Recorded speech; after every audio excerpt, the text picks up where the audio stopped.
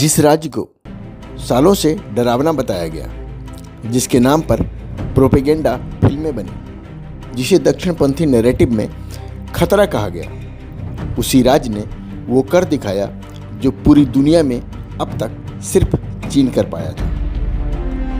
न शोर, न ढोल नगाड़े, न 56 इंच के भाषण, चुपचाप काम, और आज दुनिया में उसका डंका बज रहा है। नाम है केरल। भारत आज दुनिया की चौथी सबसे बड़ी अर्थव्यवस्था है, लेकिन एक सवाल है, अगर देश इतना बड़ा हो गया है तो 80 करोड़ लोग आज भी सरकारी राशन पर क्यों?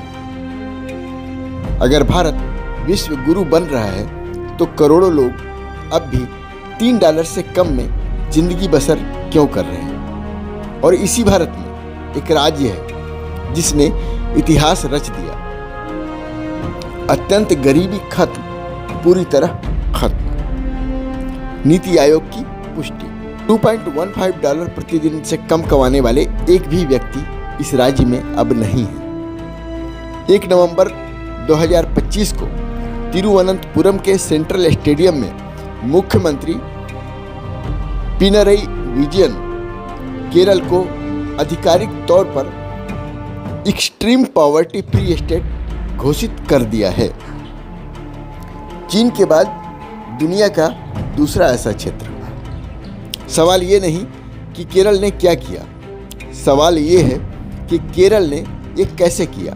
2021 में गरीबी दर पहले ही 0.7% थी, देश में सबसे कम, लेकिन सरकार यहाँ नहीं रुकी। शुरू हुआ एक्सट्रीम पॉवर्टी इरेडिक्शन प्रोजेक्ट। 64,006 परिवार चिन्हित किए गए। हर परिवार के लिए अलग अलग प्लान बनाया गया। खाना, इलाज, रोजगार, छत। 21,263 लोगों को पहली बार राशन कार्ड, आधार, वोटर आईडी दिए गए। 3,913 परिवारों को घर दिया गया। 1,338 लोगों को जमीन दी गई। 5,651 घरों की मरम्मत की गई, उसके लिए उन्हें 2 लाख रुपए तक दिए गए। हर योजना जियो टैग से किए गए ताकि कोई घोटाला न हो, फर्जीवाड़ा न हो। ये भाषण नहीं था, ये घर घर की लड़ाई थी, गरीबी के खिलाफ जंग थी। केरल मॉडल की ताकत क्या है? सड़कें नहीं, स्टैचू नहीं, इंसान।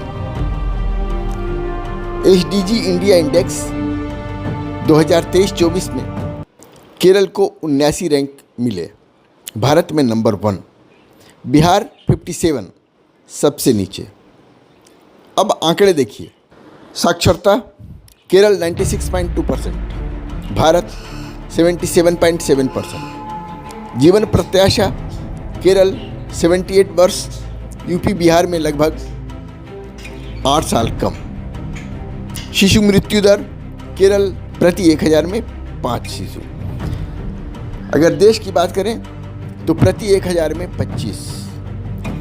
स्वास्थ्य खर्च केरला में प्रति व्यक्ति 1000 रुपये, भारत 250 से भी कम। दैनिक मजदूरी केरला में 700 प्रतिदिन, मध्य प्रदेश में 292 रुपया प्रतिदिन। HDI 0.775 कई विकसित देशों के बराबर। ये चमत्कार अचानक नहीं हुआ। 1930 के दशक में कम्युनिस्ट आंदोलन उठा जाति और जमींदारी के खिलाफ। 1957 में दुनिया की पहली निर्वाचित कम्युनिस्ट सरकार वहां आई। भूमि सुधार हुआ, सरकारी स्कूल, सरकारी अस्पताल, सार्वजनिक वितरण प्रणाली मजबूत की गई। LDF हो या UDF, मुद्दा विकास रहा, मंदिर मस्जिद नहीं। केरल में हिंदू हैं, मुस्लिम हैं, ईसाई हैं, लेकिन दंगा नहीं है। क्यों?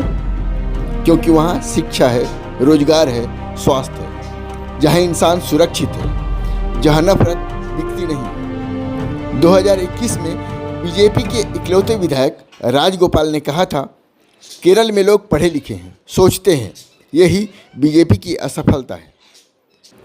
अब जरा तुलना करें 20 साल का एनडीए शासन और बिहार आज भी सबसे गरीब। एमपीआई के आंकड़े, भारत 14.96%, गुजरात 11.66%, यूपी 22.93%, बिहार 33.76%, केरल 0%। लेकिन चुनाव में मुद्दा क्या है? गरीबी नहीं, शिक्षा नहीं, रोजगार नहीं, मुद्दा है जुमले। केरल ने क्या साबित किया?